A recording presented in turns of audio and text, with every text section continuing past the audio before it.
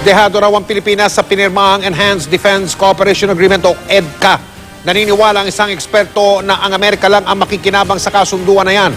At kung magkakaroon sila ng karagdagang mga tropa dito sa ating bansa, talagang dehado daw ang Pilipinas. Nakatutok si Ruth Cabal. Tumatak sa publiko ang kontrobersyal na Subic rape case. Ang akusadong si Lance Corporal Daniel Smith binigay sa US Embassy para doon ikulong, bagay na kinadismaya ng marami. Kaya naman sa pagpasok ngayon ng Pilipinas at Amerika sa Enhanced Defense Cooperation Agreement o EDCA, kinwestiyon ng isang political analyst ang kakulangan ng detalye sa kustodiya at jurisdiction sa mga tropang Amerikano.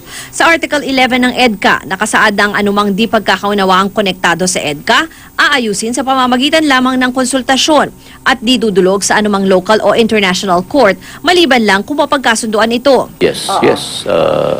Open to abuses. Parang bibigyan sila ng special treatment. Tapos, and this will be subject to supposedly consultations between the two parties. Paglilinaw ng Department of Foreign Affairs, ang Article 11 ay patungkol lang naman daw sa mga kasong may kinalaman sa pagpapatupad ng EDCA. Yung mga US personnel na bibisita at mananatili pansamantala sa tinatawag na agreed location ay under the supervision and oversight hindi lang ng kanilang US military commander but also by the AFP base commander. Tingin din ni Simbulan, dehado ang Pilipinas sa EDCA dahil ang Amerika lamang ang makikinabang kung magkakaroon ito ng malaking military presence sa ating bansa.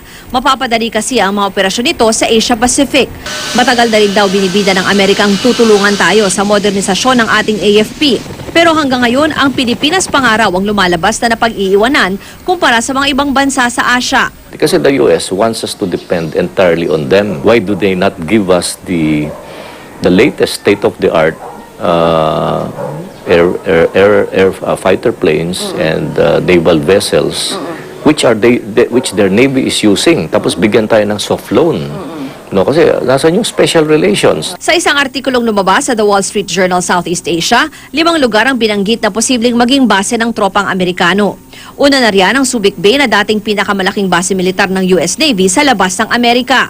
Minsan din naging sentro ng operasyon ng US Air Force ang Clark Air Base. Posible rin daw mahimpil ang tropang Amerikano sa Oyster Bay, Palawan, kung saan meron ng maliit na Philippine Naval Base. Usap-usapan naman daw na pinag-aaralan ng magtayo ng command post sa Brooks Point, Palawan ng US Marines na bihasa sa pagprotekta at pagkubkob ng maliliit na isla tulad ng pinag-aagawang teritoryo sa West Philippine Sea. Dati na rin nagkaroon ng stasyon ng US Navy sa Batanes na maituturing daw na vantage point para mamonitor ang mga sasakyang pandagat na babiyahe sa karagatang Pasipiko mula sa China. Ruth Cabal, Nakatutok, 24 Oras.